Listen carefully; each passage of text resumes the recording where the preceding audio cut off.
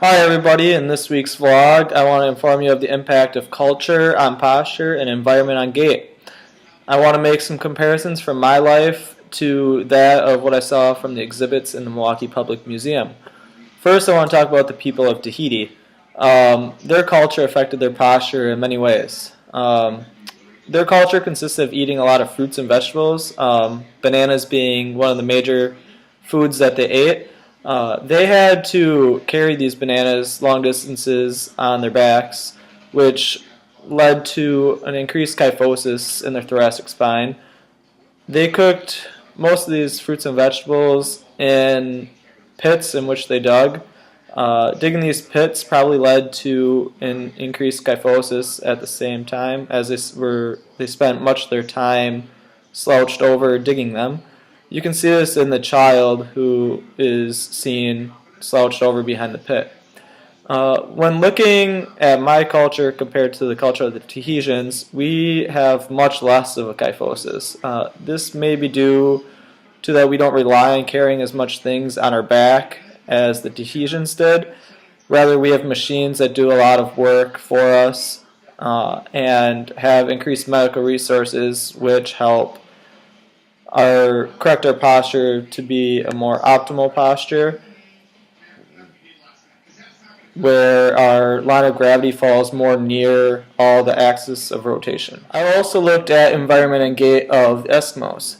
Eskimos mostly lived in the Canadian Arctic Circle, western Alaska, and Greenland, and they had their gait strongly affected by the environment in which they lived.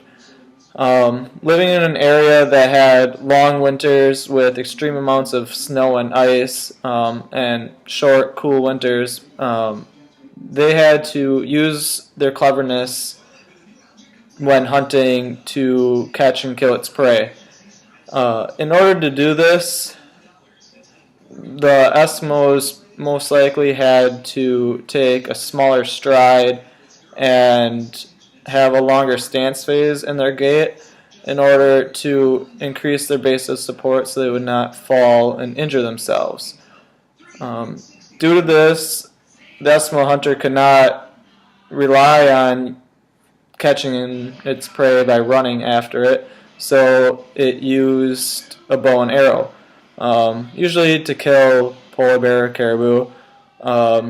Otherwise, they had to go by means where they could be stationary and spear seals through holes in the ice.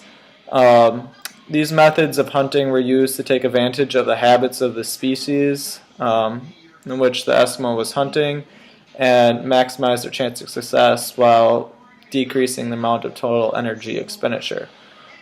Living in Wisconsin, environment and gait, there can be a lot of similarities between us and the Eskimos, mostly because of the large amounts of snow and ice that we can have in the winter. Both environments, we take smaller strides and have longer stance phases in order to increase our base of support when walking.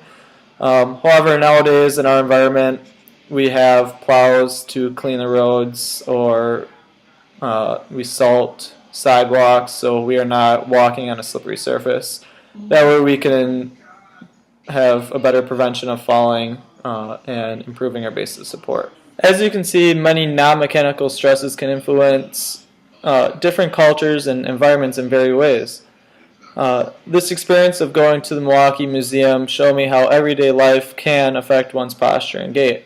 At the same time, I realized how far we've become to help improve one's posture and gait. But that's all the time I have for us today. And until next time, I'm Max Armstrong, just reminding you to stay attentive of your posture and gait. Thank you.